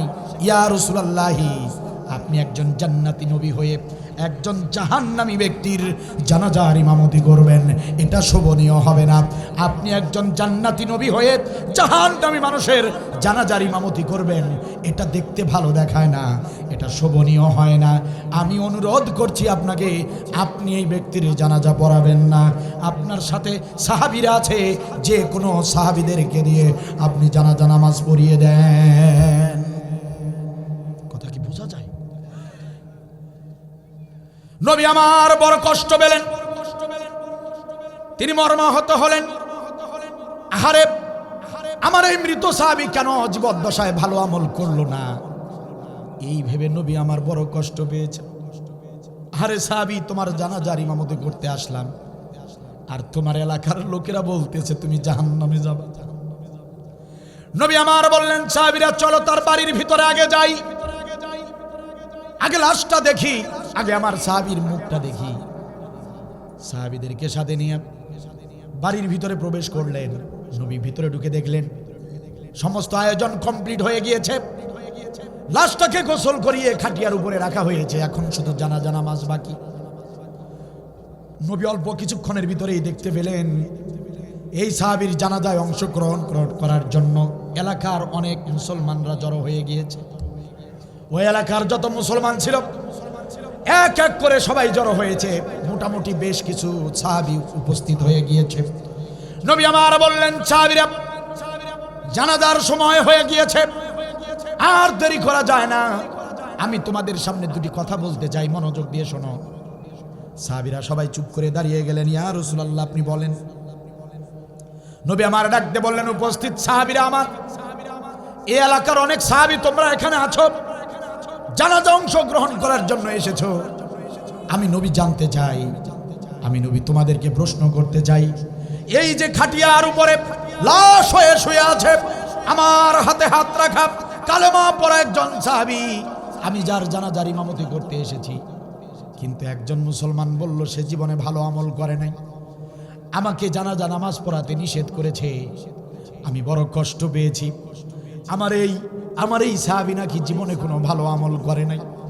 ও উপস্থিত সাহাবীরা, আমি তোমাদের কাছে জানতে চাই, তোমাদেরকে প্রশ্ন করতে চাই, এমন কেউ আসো নাকি? এমন কি এখানে কেউ নাই? এমন কোন ব্যক্তি এখানে আসো নাকি? আমার এই সাহাবী জীবদ্দশায় একটা ভালো কাজ করেছে, একটা ভালো আমল করেছে, এমন সাক্ষী দিতে পারবা? এমন কোন ব্যক্তি এখানে আছো নাকি? আমার এই সাহাবী একটা ভালো আমল করেছে, একটা ভালো কাজের সাক্ষী দিবার মতো এখানে কেউ আছো নাকি? যদি কেউ থাকো, একটা ভালো কাজের সাক্ষী আমাকে দাও। ও আমার সাহাবীরা, একটা ভালো কাজের সাক্ষী আমাকে দাও। আমার এই সাহাবী জীবনে একটা ভালো আমল করেছে, এমন সাক্ষী আমাকে কেউ দাও। কেউ আছো নাকি বলো? নবী যখন এভাবে প্রশ্ন করলেন, সমস্ত সাহাবীদের পিছনে দাঁড়ানো পিছনের কাতারের একজন সাহাবী হাত তুলে বললেন, ইয়া রাসূলুল্লাহ, আমি আপনার সাহাবীর একটা ভালো আমলের সাক্ষী দিতে চাই। নবী আমার বললেন, সাহাবীরে দেরি করো না, দেরি করো না, আর দেরি করো না সাহাবী, তাড়াতাড়ি বলো কি এমন আমল তুমি দেখেছো? সাহাবী বললেন, ইয়া রাসূলুল্লাহ, ইয়া হাবিবাল্লাহ, এই তো অল্প কিছুদিন আগের ঘটনা, আপনার নির্দেশে আমরা মুজাহিদরা জিহাদের ময়দানে গিয়েছিলাম। আপনার নির্দেশে আমরা মুজাহিদরা জিহাদের ময়দানে গিয়েছিলাম, যুদ্ধের ময়দানে গিয়েছিলাম। যুদ্ধের ময়দানে গিয়ে কাফের বেঈমানদের বিরুদ্ধে যুদ্ধ করেছি, কাফেরদেরকে কতল করে করে কাফেরদেরকে পরাস্ত করেছি। কালেমার পতাকা উড্ডীন করে বিজয় অর্জন করে আমরা কাফেলা বাড়ির দিকে ফিরতেছিলাম। ইয়া রাসূলুল্লাহ, ঘটনাটা শুনুন। আমরা মুজাহিদ সাহাবী কালেমার পতাকা উড্ডীন করে বিজয় অর্জন করে বাড়ির দিকে ফিরতেছিলাম। বাড়ির দিকে ফিরতে পথের মধ্যে রাত হয়ে গেল, অন্ধকার নেমে আসলো। আমরা পথিমধ্যে যাত্রা বিরতি করলাম। রাত হয়ে যাবার কারণে যাত্রা বিরতি করলাম। আমরা সবাই থেমে গেলাম। পাশে একটা মরুভূমি পেলাম। মরুভূমি, সুন্দর একটা মরুভূমির একটা জায়গা নির্ধারণ করলাম আর সেখানে একটা তাঁবু স্থাপন করে ফেললাম। আমরা সিদ্ধান্ত নিলাম ফজরের ওয়াক্ত হবে যখন, ফজরের সালাত আদায় করে দিনের বেলা সকালবেলা রওনা করব তখন। কারণ হলো আমরা মুজাহিদ সাহাবী, রাতের গভীরে যদি আমরা পথে পথে চলতে থাকি কাফের বেঈমানরা অতর্কিত হামলা চালাতে পারে। কারণ মুজাহিদদের শত্রু থাকে চতুর্দিকে, জিহাদের আমল যারা করে তাদের শত্রু থাকে চতুর্দিকে। রাতের বেলা অন্ধকারে যদি হামলা করে, এই ভেবে আমরা যাত্রা বিরতি করলাম, তাঁবু স্থাপন করলাম। তাঁবু স্থাপন করে আমরা সবাই শুয়ে পড়লাম। ইয়া রাসূলুল্লাহ, ইয়া হাবিবাল্লাহ, আমাদের কারো হাত কাটা, আমাদের কারো পা কাটা, কারো আমাদের মাথা ফাটা। আমরা জিহাদের ময়দান থেকে এসেছি, জিহাদের ময়দান থেকে সুস্থ শরীরে কেউ তো ফিরতে পারে না। জিহাদের ময়দান থেকে সুস্থ শরীরে কেউ তো ফিরতে পারে না। আমরা অসুস্থ, আমরা আহত। আমরা সুন্দর করে তাঁবুর নিচে শুয়ে পড়লাম। আমরা যখন শুয়ে পড়লাম, ঘুম ঘুম ভাব যখন চলে এসেছে, ইয়া রাসূলুল্লাহ, ইয়া হাবিবাল্লাহ, হঠাৎ করে শুনতে পেলাম পাশেই কোন জায়গা থেকে যেন হিংস্র প্রাণীরা গর্জন দিচ্ছে। আমরা সবাই ভীত সন্ত্রস্ত হয়ে গেলাম। হিংস্র প্রাণীরা গর্জন দিচ্ছে, তার মানে পাশেই কোনো জঙ্গল আছে, সেই জঙ্গলে বড় বড় হিংস্র প্রাণী আছে। তাদের গর্জন শুনেই বোঝা যাচ্ছে। আমরা সবাই শোয়া থেকে দাঁড়িয়ে গেলাম, ভীত সন্ত্রস্ত হয়ে গেলাম। আর বুঝার বাকি নাই, পাশেই জঙ্গল, আর সেই জঙ্গলের হিংস্র প্রাণীরা মানুষের শরীরের গন্ধ পেয়ে তাঁবুর ভিতরে ঢুকে আমাদেরকে খেয়ে ফেলবে, বাঁচার কোনো উপায় থাকবে না। আমরা তো আহত মানুষ, অসুস্থ মানুষ। ইয়া রাসূলুল্লাহ, ইয়া হাবিবাল্লাহ, আমরা যখন ঘুমিয়ে যাব, ওই হিংস্র প্রাণীগুলো তাঁবুর ভিতরে ঢুকে আমাদেরকে যদি ছিঁড়ে ছিঁড়ে খেয়ে যায়, বাঁচার তো কোনো উপায় থাকবে না। রাত তো গভীর হয়ে গিয়েছে, এখন আমরা কি করব? কোনো পথ খুঁজে পাচ্ছি না। এখন আমরা কি করব? কোনো উপায় খুঁজে পাচ্ছি না। ওই হিংস্র প্রাণীদের হাত থেকে কেমনে আমরা রক্ষা পাবো? বাঁচার কোনো উপায় নাই। আমরা আল্লাহ রাব্বুল আলামিনের শাহী দরবারে দুটি করে হাত তুলে আমরা মুজাহিদরা সাহায্য প্রার্থনা শুরু করে দিলাম। ইয়া রাব্বুল আলামিন, ওগো মাওলা, তুমি তো ভালো করেই জানো আমরা তোমার নবীর মুজাহিদ সাহাবী, জিহাদের ময়দানে গিয়ে কাফেরদের বিরুদ্ধে যুদ্ধ করে কালেমার পতাকা উড্ডীন করে বিজয় অর্জন করে ফিরেছি। রব্বুল আলামিন তুমি সবই জানো। রব্বুল আলামিন বুঝতে পারি নাই পাশেই যে জঙ্গল আছে অথবা পাহাড় আছে, এটা আমরা দেখতে পারি নাই, অন্ধকার হবার কারণে বুঝতে পারি নাই। রব্বুল আলামিন, আমরা এখন শুয়ে পড়েছি, হিংস্র প্রাণীদের গর্জন শুনতে পাচ্ছি। আমরা যদি ঘুমিয়ে যাই আর হিংস্র প্রাণীরা এসে যদি আমাদেরকে খেয়ে ফেলে, রব্বুল আলামিন বাঁচার তো কোনো উপায় থাকবে না। রব্বুল আলামিন, ইয়া রব্বুল আলামিন, মেহেরবানি করে আপনি আমাদের জন্য একজন সাহায্যকারী পাঠিয়ে দিন। ইয়া রাসূলুল্লাহ, আমরা আল্লাহর কাছে প্রার্থনা করলাম, একজন সাহায্যকারী পাঠাও। প্রার্থনা করতে দেরি, কবুল হতে দেরি হয় নাই। আমরা মুনাজাত শেষ করেই দেখি আমাদের তাঁবুর ভিতরে একজন যুবক প্রবেশ করেছে। আল্লাহু আকবার। একজন যুবক প্রবেশ করেছে। ওই যুবক সামনে এগিয়ে এসছে, আমাদের সামনে এসে দাঁড়িয়ে ডাক দিয়ে বলে, লোক সকলেরা, কে তোমরা? তোমাদের পরিচয় কি? কোথা থেকে এসেছো আর কোথায় যাচ্ছ? বলো তোমাদের কি পরিচয়? আমার বাড়ির সামনে মরুভূমিতে তাঁবু স্থাপন করেছো, কার অনুমতি নিয়েছো? বলো, কে তোমরা? পরিচয় দাও। আমরা বললাম, ও যুবক, আমাদের তেমন কোনো পরিচয় নাই। আমাদের পরিচয় হলো আমরা বিশ্ব নবীর হাতে হাত রাখা কালেমা পড়া সাহাবী। বিশ্ব নবীর নির্দেশে জিহাদের ময়দান থেকে কালেমার পতাকা উড্ডীন করে বিজয় অর্জন করে ফিরেছি। ইয়া রাসূলুল্লাহ, এই পরিচয় যখন ওই যুবককে আমরা দিলাম, ওই যুবক মুস্কি হাসি দিয়ে বলল, ও বিশ্ব নবীর মুজাহিদ সাহাবীরা, চিন্তা করো না, চিন্তা করো না। তোমরা যে নবীর মুজাহিদ সাহাবী, আমি অধম গুনাহগার, সেই নবীর হাতে হাত রেখে কালেমা পড়া আমিও তোমাদের মতো একজন সাহাবী। চিন্তা করো না রে ও নবীর সাহাবীরা, চিন্তা করো না। তোমরা মুজাহিদ সাহাবী, তোমরা জিহাদের আমল করেছ, জিহাদের ময়দান থেকে এসেছ।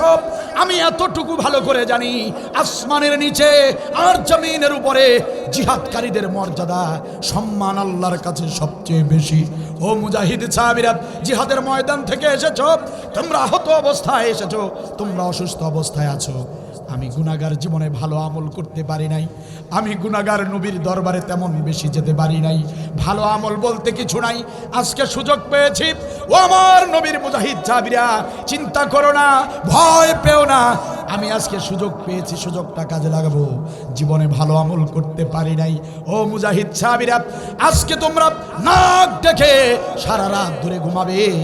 আমি গুনাহগার অধম, তোমাদেরকে সারা রাত ধরে পাহারা দেব। ইয়া রাসূলুল্লাহ, এই কথা বলার পরে যুবক আমাদেরকে জোর করে ধরে ধরে শুইয়ে দিলেন। আমরা শুয়ে পড়লাম। যুবক একটা হাতে লাঠি নিলেন, হাতে একটা লাঠি নিয়ে তাঁবুর চারপাশে ঘুরতে লাগলেন, পাহারা দেওয়া শুরু করে দিলেন। ওই যুবক হাতের লাঠিটা নিয়ে তাঁবুর চারপাশে পাহারা দেওয়া শুরু করে দিলেন। আর যুবক বক্তব্য দিচ্ছিল হিংস্র প্রাণীদেরকে লক্ষ্য করে। ওই যুবক বারবার বলতেছিল, ও জঙ্গলের হিংস্র প্রাণীরা, খবরদার, খবরদার, খবরদার, গর্জন দিবি না। ও জঙ্গলের হিংস্র প্রাণীরা, তোরা তো জানিস না কারা এসেছে আমাদের এলাকায়, তোরা তো চিনিস না ওরা কারা। ইনারা হচ্ছেন বিশ্বনবীর সাহাবী, জিহাদের ময়দান থেকে এসেছেন।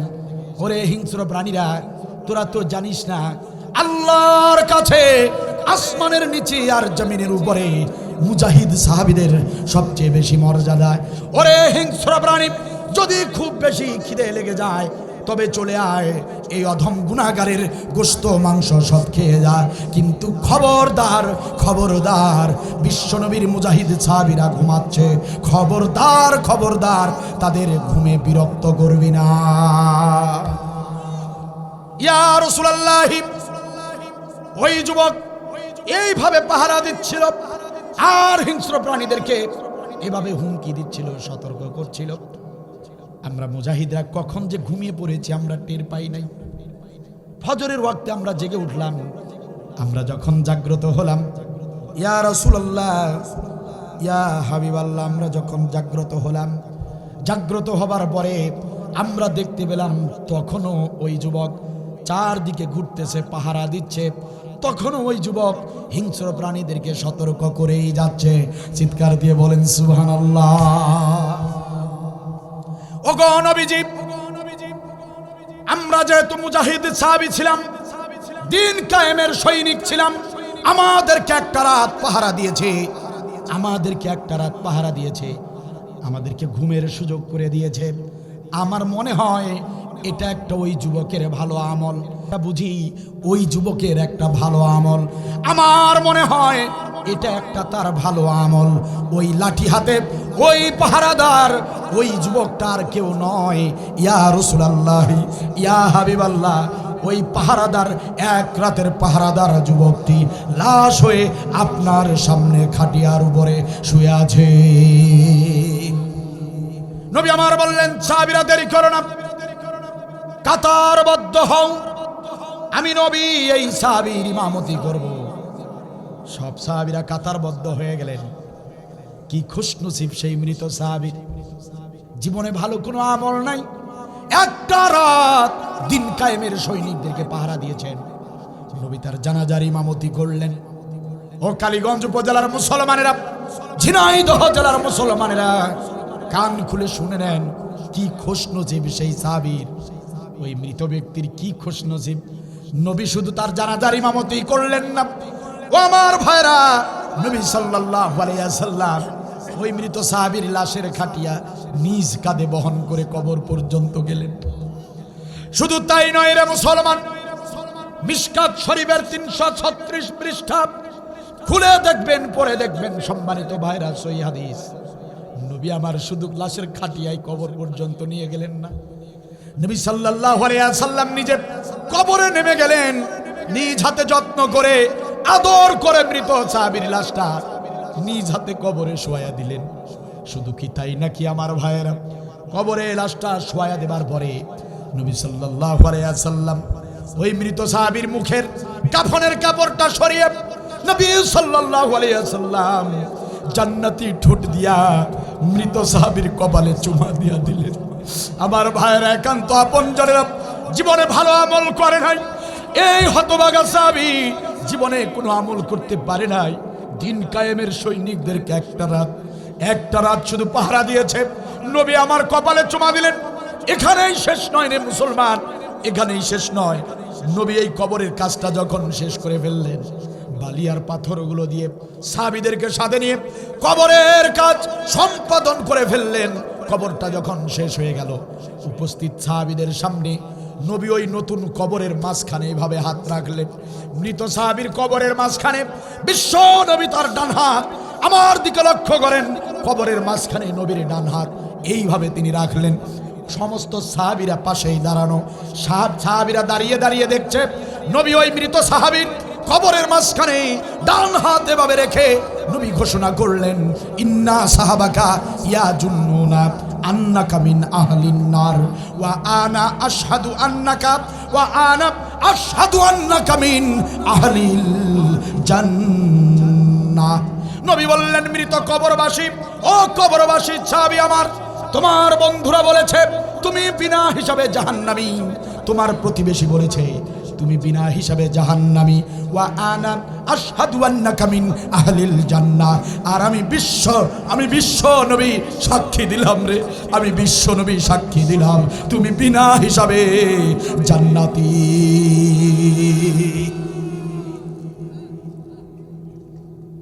আমি বিশ্ব নবী সাক্ষী দিচ্ছি সাহাবীরে, তুমি বিনা হিসেবে জান্নাতি। নামাজ, রোজা, হজ, যাকাত ভালো কোনো আমল নাই। দিন কায়েমের সৈনিকদেরকে একটা রাত শুধু পাহারা দিলেন।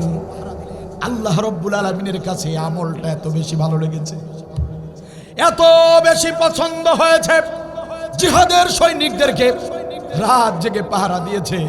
আল্লাহ তাআলা এই জিহাদের একটা আমল, এই যে একটা রাত পাহারা দিয়েছে, এতেই আল্লাহ তাআলা এত খুশি হয়েছেন, তার তামাম জিন্দেগীর গুনাহগুলো মাফ করে দিয়ে নবীর মাধ্যমে তার জান্নাতের সুসংবাদ পৌঁছে দিয়েছেন। ঝিনাইদহ জেলার মুসলমানেরা, যদি প্রশ্ন করি ওই জিহাদের আমল আল্লাহর কাছে সবচেয়ে পছন্দের আমল, এই সেই জিহাদের আমল, যে জিহাদের আমলটা আল্লাহর কাছে সবচেয়ে প্রিয় আমল, ওই জিহাদের আমল করতে গিয়ে যদি, দিন কায়েমের আমল করতে গিয়ে যদি আমাদেরকে বাড়িঘর ছাড়তে হয়, যদি দিন কায়েমের আমল করতে গিয়ে যদি আবারও ভবিষ্যতে মামলা হামলায় পড়তে হয়, দিন কায়েমের আমল করতে গিয়ে এই কোরআনটাকে সংসদে পাঠানোর চেষ্টা করতে গিয়ে যদি আমাদেরকে জেলখানার ভিতরে ঢুকতে হয়, যদি আমাদের ওই যে আমাদের নেতৃবৃন্দ যারা ফাঁসিতে ঝুলেছে তাদের মতো অবস্থা যদি আমাদেরও হয়, আমাদেরকেও যদি ফাঁসির দণ্ডে ঝুলানো হয়, ও ঝিনাইদহ জেলার মুসলমানেরা, যদি আল্লামা সাইদির মতো করে আমাদেরকেও ইনজেকশন করে মেরে ফেলা হয়, যদি আবু সাইদের মতো করে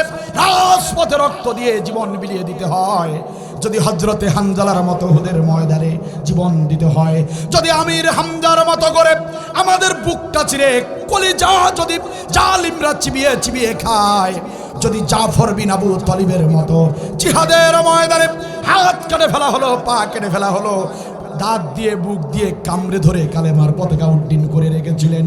ওই সাহাবীর মতো যদি আমাদের পরিণতি হয়, আমাদেরকে যদি এভাবে হাসতে হাসতে জীবন বিলিয়ে দিতে হয়, প্রশ্ন করতে চাই ঝিনাইদহ জেলার মুসলমানেরা কারা কারা কারা কারা সেই জিহাদের ময়দানে যেতে রাজি আছো? দুহাত তুলে আল্লাহকে দেখাও।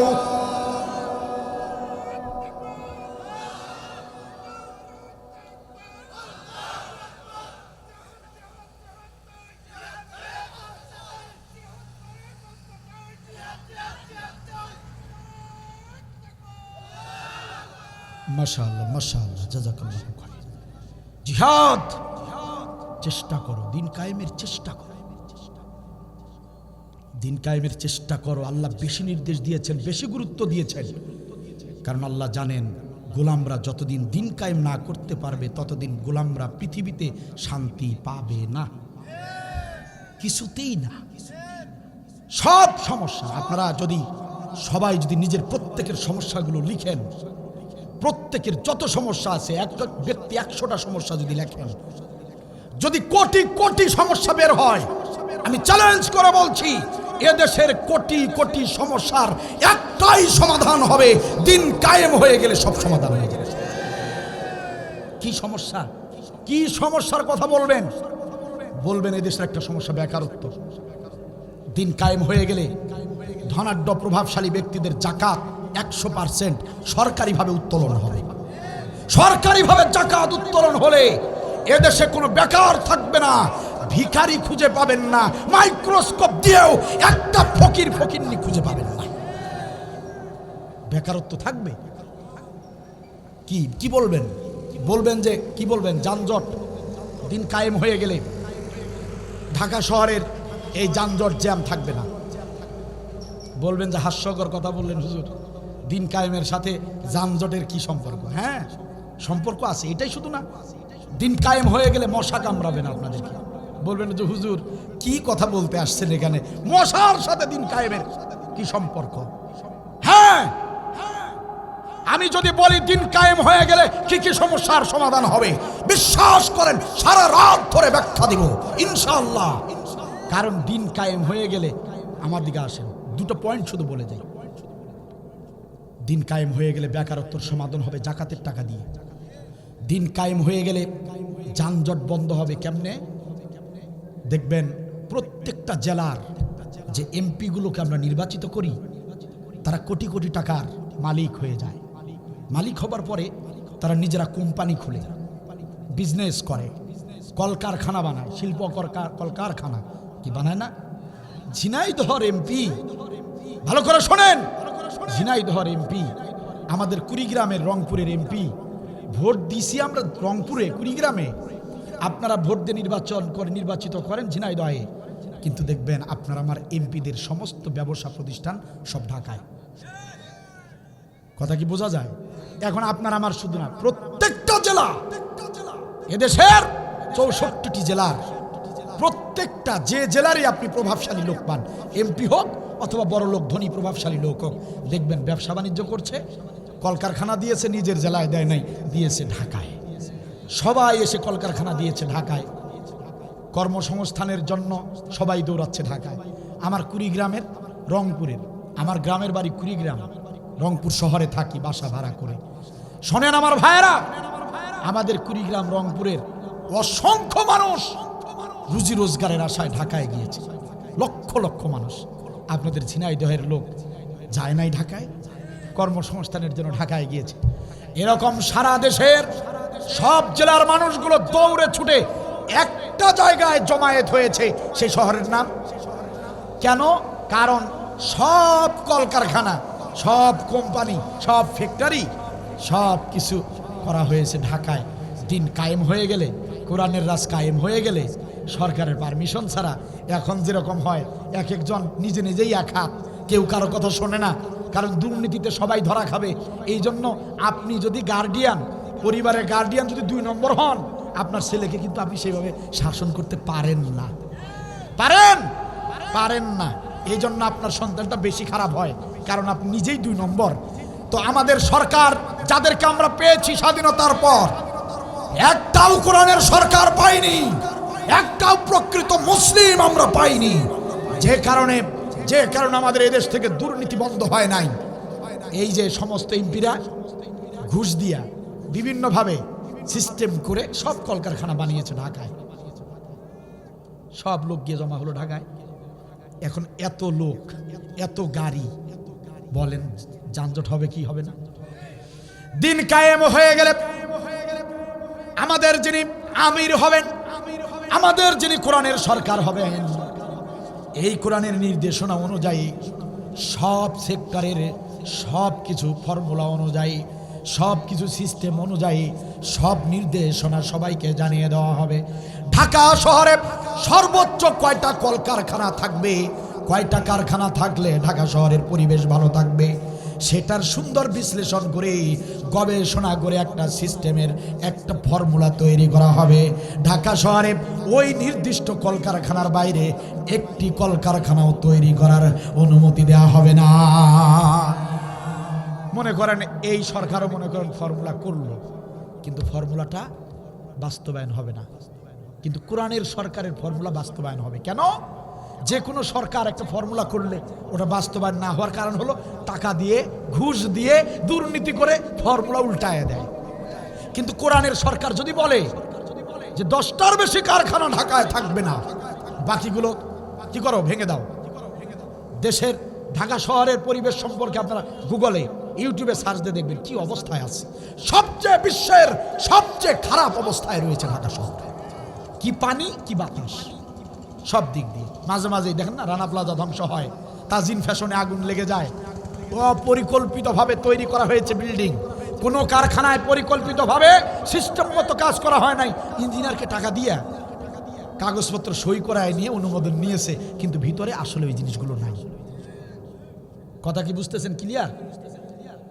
সরকার যখন কোরআনের হয়ে যাবে, সিস্টেম মতো ফ্যাক্টরি কারখানা তৈরি হবে। সরকারের পক্ষ থেকে ফর্মুলা দেওয়া হবে, ঝিনাইদহ জেলায় কমপক্ষে 20টা কারখানা তৈরি করতে হবে। এই ঝিনাইদহ জেলার প্রভাবশালী কোনো নেতা, কোনো এমপি যখনই সরকারের কাছে আবেদন করবে ঢাকা শহরে কারখানা বানাতে চাই, সরকার দেখায়া দিবে, সরকার বলে দিবে কারখানা যদি বানাতেই হয় ঝিনাইদহের কালীগঞ্জে বানায় নাও, বানাও, কালীগঞ্জে বানাও। কথা কি বুঝতেছেন আপনারা? এরকম করে প্রত্যেকটা জেলা শহরগুলো ঢাকা শহরের মতো কর্মসংস্থানের শহর তৈরি হয়ে যাবে। ঝিনাইদহের লোকেরা, ঝিনাইদহের যুবকেরা বউ বাচ্চা রেখে ঢাকায় গার্মেন্টস করতে হবে না, ঢাকায় গিয়ে পরে থাকতে হবে না।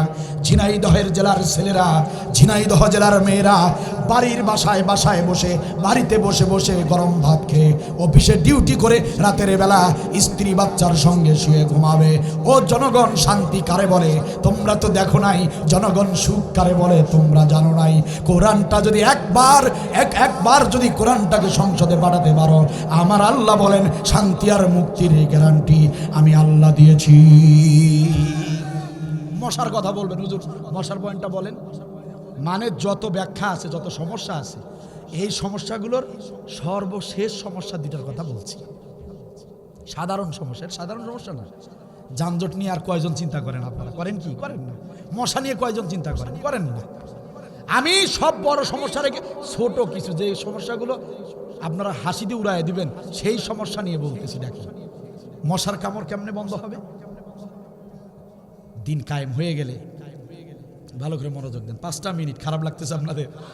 ইনশাল্লাহ 5 মিনিটের মধ্যেই আলোচনা শেষ করব। শোনেন ঘটনা, বলবেন যে হুজুর মশার কামড় কেমনে বন্ধ হবে দিন কায়েম হয়ে গেলে? শোনেন, দিন কায়েম হয়ে গেলে ওমরের মতো লোক হবে আমির। কথা কি বুঝতেছেন? হযরত আলী ওসমানের মতো লোক হবে এদেশের নেতা, মন্ত্রী। কথা কি বুঝতেছেন? আপনি বলবেন যে হুজুর এরকম লোক কই পাবেন, এটা বলবেন না। আচ্ছা শোনেন কেমনে পাবো, দেখেন কেমনে পাবো। দেখেন একটাবার শুধু এই দুর্বল ইমানদার লোকদেরকেই, তুলনামূলক যারা ভালো আমাদের দেশের হক্কানি আলেম, ওমরের মতো কি তারা না, কিন্তু তুলনামূলক ভালো, একটাবার তাদেরকে সংসদে পাঠায়া দেন। দেবার পরে কোরআনের আইনটা তো চালু হয়ে যাবে। কোরআনের আইন যখন চালু হয়ে যাবে, তখন যিনি ওমরের ভূমিকায় থাকবেন মানে যিনি আমির হবেন, প্রেসিডেন্ট হবেন, উনি তো কোরআনের প্রত্যেকটা আইন একটা একটা করে সংসদে পরিবেশের আলোকে, পরীক্ষিতের আলোকে, পরিপ্রেক্ষিতের আলোকে, পরিবেশের আলোকে আস্তে ধীরে ধীরে করে কোরআনের আইনগুলো চালু করবেন। কোরআনের আইন আছে চোরের হাত কেটে দাও, আছে না? চোরের হাত কেটে দাও। অনেক লোকে কয় ভাই এইটা আল্লাহর বিচার সঠিক না। যুক্তি আছে, শোনেন না। একটা লোক ভুল করে না হয় চুরি করেছে, তার হাত কেটে দেওয়া লাগবে? কথা কি বুঝতেছেন আমার? তো বিষয় হলো এই কথাটা কারা বলে? যে ভাইরা এই যে হাত কাটার ব্যাখ্যাটা পুরোটা জানে না, কোরআনের বিচার ব্যবস্থার পুরোটা যারা জানে না, তারা এই কথাগুলো না বুঝে বলে।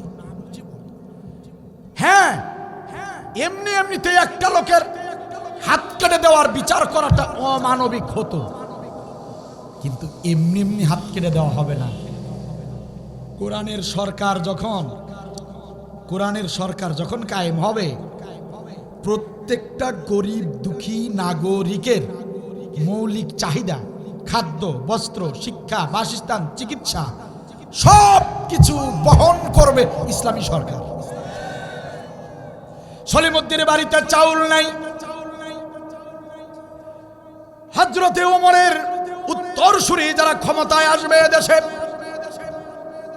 ওই কোরআনের সরকার যাদেরকে মেম্বারের দায়িত্ব দিবে, যাদেরকে ইউনিয়নের চেয়ারম্যান বানায় দিবে, ওই ইউনিয়নের চেয়ারম্যান আর মেম্বারকে দায়িত্ব দেওয়া হবে।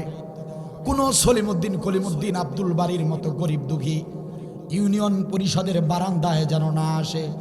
ওরা পরিষদের বারান্দায় আসবার আগেই তাদের বাড়িতে খাবার পৌঁছিয়ে দিতে হবে।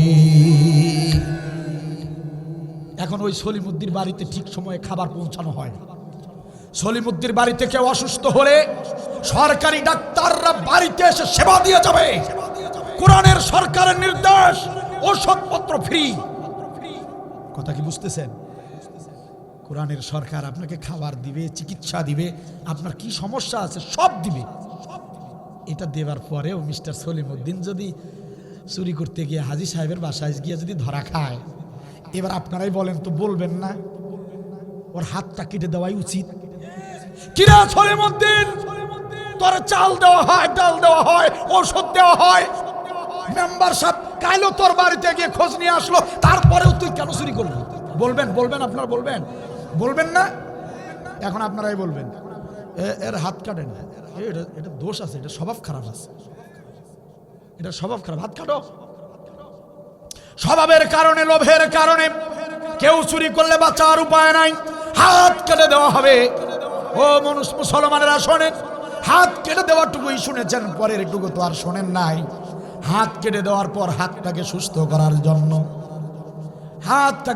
করার জন্য যা কিছু দরকার সরকারই করবে। এই যে লোকটাকে হাত কেটে দেওয়া হলো, কবজি কেটে দেওয়া হলো, ওই লোকটা তো মেডিকেলে থাকবে 3 মাস, 6 মাস, 1 বছর। এই লোকটাকে 3 মাস 6 মাস পর্যন্ত ট্রিটমেন্টে থাকবে, সরকারের ট্রিটমেন্টে। শাস্তি যা হবার তা তো হয়ে গিয়েছে, এখন সরকার তাকে সুস্থ করবে, সরকার তাকে লালন পালন করবে। সরকারের আলেম থাকবে, প্রথম শ্রেণীর গেজেটেড কর্মকর্তা। আব্দুল বারীকে টাকা দিয়ে এনেছেন, টাকা দিয়ে ওয়াজ করাতে হয়, আপনাদেরও হাত পেতে পেতে মাহফিলের জন্য হাত পেতে পেতে সহযোগিতা নিতে হয়। সরকার যখন ইসলামের হয়ে যাবে, আব্দুল বারীও আসবে, কিন্তু আব্দুল বারীকে 1 টাকাও আপনাদেরকে দিতে হবে না। সরকারের ম্যানুয়াল থাকবে, চার্ট অনুযায়ী, তালিকা অনুযায়ী এক এক জেলায় এক এক জায়গায় প্রোগ্রামের শিডিউল থাকবে। সরকারের টাকায় যাব, সরকারের টাকায় দর্শ দিয়ে আবার সরকারের টাকায় চলে আসব, পাবলিকের 1 টাকাও দেওয়া লাগবে না। সরকারের আলেমকেদের দিয়ে ওই যে চুরি করেছিল চোর, তাদের একটা মাদ্রাসা থাকবে, ওখানে তাদেরকে শেখানো হবে চুরি করা মহাপাপ, যাতে করে তাদের চরিত্র সংশোধন হয়। ডাকাত ধরা পড়বে, তাদেরকে সুস্থ করার পরে তাদেরকে প্রশিক্ষণ দেওয়া হবে, যাতে করে জীবনে আর ডাকাত না থাকে, যাতে করে জীবনে আর চুরি না করে। আবার ওই যে পরিবারের লোকেরা, তারা তো কোনো অপরাধ করে নাই, চোরের হাত কেটে, চোর তো 3 মাস থেকে সরকারের হাসপাতালে রয়েছে, ওই বাড়ির লোকরা কি খাবে কি করবে? ও আমার ভাইরা, আল্লাহর বিধিবিধান শোনেন, কি বিস্ময়কর বিধিবিধান, কি মজার বিধিবিধান, ভালো করে মনোযোগ দিয়ে শোনেন। আজকে আপনি যদি গ্রেপ্তার হয়ে যান, দোষ করেন আর নাই বা করেন, গ্রেপ্তার হবার পরে 6টা মাস যদি বাংলাদেশ সরকার আপনাকে জেলের ভিতরে ঢুকায় রাখে, আপনার বাড়িতে খাবার আছে কি খাবার নাই, আপনার ছোট আদরের সন্তানটা বিনা চিকিৎসায় যদি মারাও যায়, কেউ কোনোদিন দায়িত্ব নিয়ে কোনো খবর রাখবে না। রাখবে? আর কোরআনের সরকার বলছে, ওই চোর যতদিন সুস্থ না হবে, যতদিন ওই চোরের কর্মসংস্থান সরকার করে না দিতে পারবে, ততদিন পর্যন্ত ওর বাড়ির, ওর ফ্যামিলির, স্ত্রী বাচ্চার যা কিছু লাগে, বাড়তি যা কিছু লাগে, সব কিছুর দায়িত্ব পালন করবে। এই যে চোরকে তার আন্ডারে, সরকারের আন্ডারে রাখা হয়েছে, বাড়তি ভাতায় এই জন্য পরিবারকে দেওয়া হবে। কথা কি বুঝতেছেন? তাহলে বিচার ঠিক আছে কিনা বলেন?